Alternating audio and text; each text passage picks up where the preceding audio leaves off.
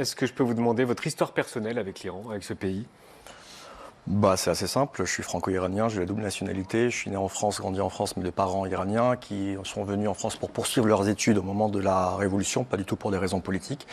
Donc je suis né ici, j'ai grandi ici et très rapidement j'ai été rattrapé par on va dire la fibre, ou en tout cas la passion pour ce pays qui a subi bien des bouleversements au cours du XXe siècle, avec une révolution, c'est je pense ça la clé de 1979 contre le régime du Shah, le régime impérial, qui était très moderne mais dictatorial, avec beaucoup d'inégalités économiques, et qui a provoqué une révolution de beaucoup de partis, des partis de gauche, des partis libéraux, des islamo-marxistes, et ce sont les islamistes, en la personne de l'ayatollah Khomeini, qui s'est tiré la plus grande part du gâteau, et qui a confisqué d'une certaine manière cette révolution. Ensuite, une guerre de 8 ans contre l'Irak. Et aujourd'hui, ce qui est très important pour percevoir ce qui se passe en Iran, c'est que ça fait en fait 47 ans que le peuple iranien, dans sa grande majorité, combat dans la rue ce régime.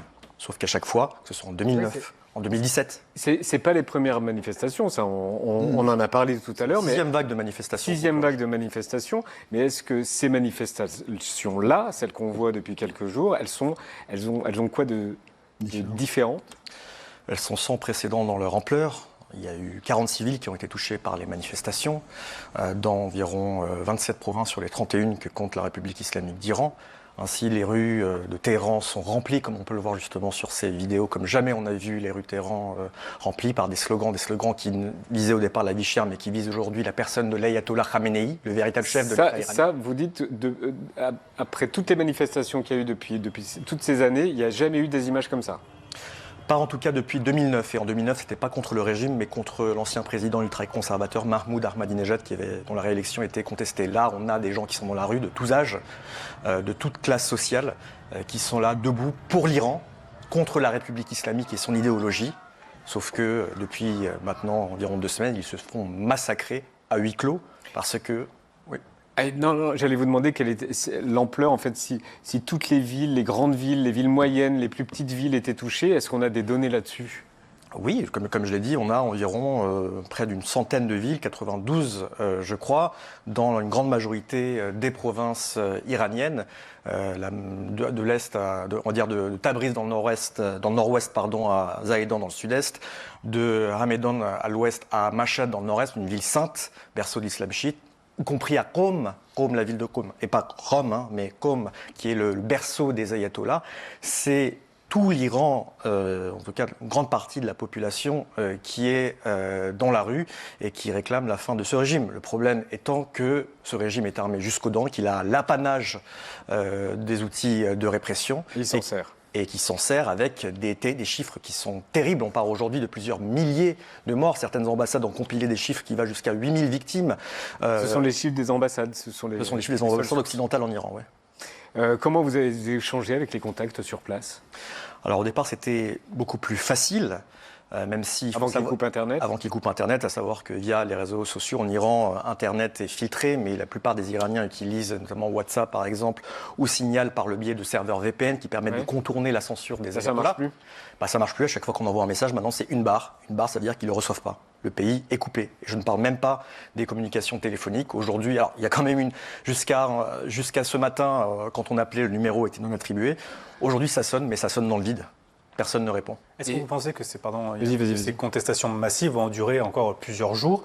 Est-ce que ça va s'arrêter? Est-ce qu'ils ont les moyens de pouvoir descendre encore tous les jours dans la rue? Alors, il faut d'abord savoir comment ça a commencé. Ça a commencé en fait avec la grève du bazar, le poumon économique du pays, à Téhéran, acteur traditionnel pro-régime, qui s'est mis en grève. Pourquoi? En raison de l'envolée du cours du dollar et donc la fluctuation énorme des prix qui fait qu'il ne pouvait plus importer de denrées alimentaires.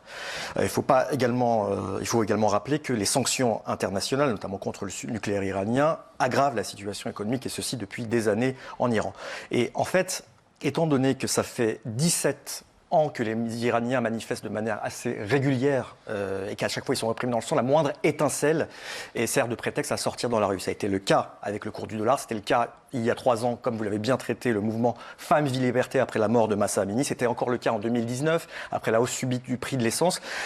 Voilà, donc la protestation est énorme. Et ce qui est très intéressant, c'est que c'est du bazar que ça a commencé, le soutien traditionnel du régime. Alors maintenant, est-ce que ça va continuer? Pour l'instant, ça continue, en dépit des massacres à l'arme lourde. On parle de fusils mitrailleurs qui sont tirés de façon indiscriminée. À Téhéran, alors je vous laisse imaginer dans la capitale, donc ce qui arrive dans les autres villes du pays.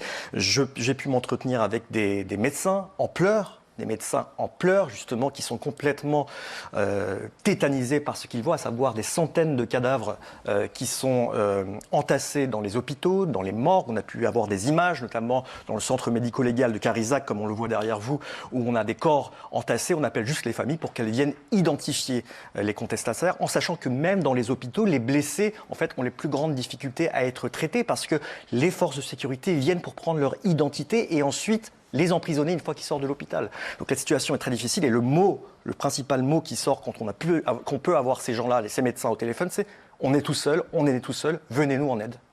Est-ce que le régime est solide? Ou alors est-ce que ce mouvement peut le faire tomber? Le régime reste extrêmement solide.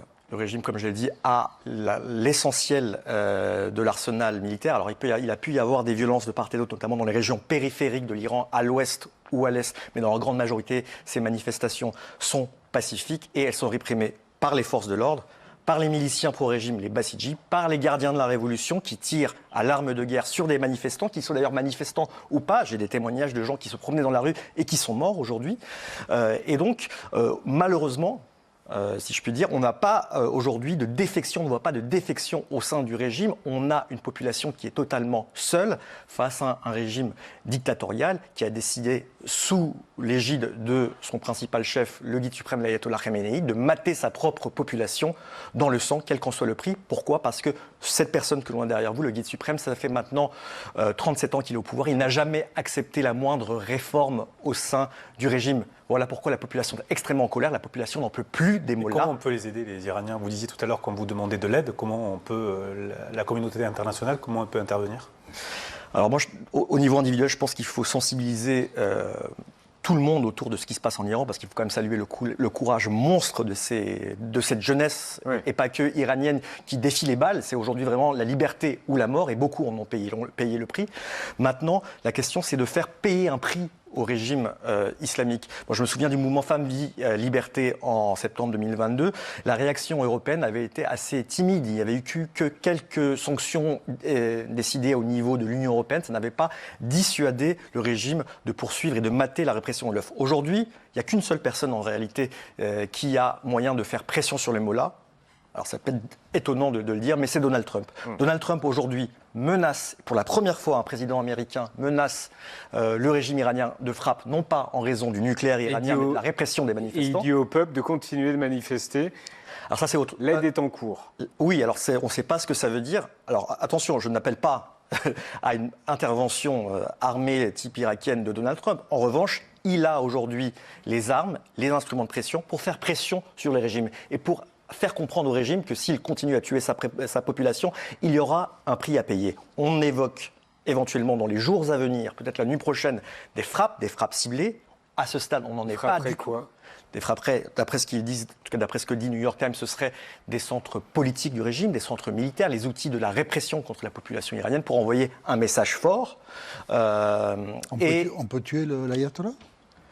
Alors, c'est une possibilité. On sait que lors de la guerre des 12 jours entre Israël et l'Iran, c'est une option qui était évoquée par Israël. Et Donald Trump s'était à l'époque vanté d'avoir sauvé la vie de l'ayatollah. Si aujourd'hui, vous éliminez l'ayatollah Khamenei... Il y a une démocratie qui arrive ?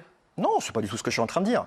La question aujourd'hui, je suis en train de parler de la manière la plus rapide de mettre fin à ce bain de sang qui se poursuit. On assiste à des massacres. Il se passe quoi après ? Il se passe quoi ?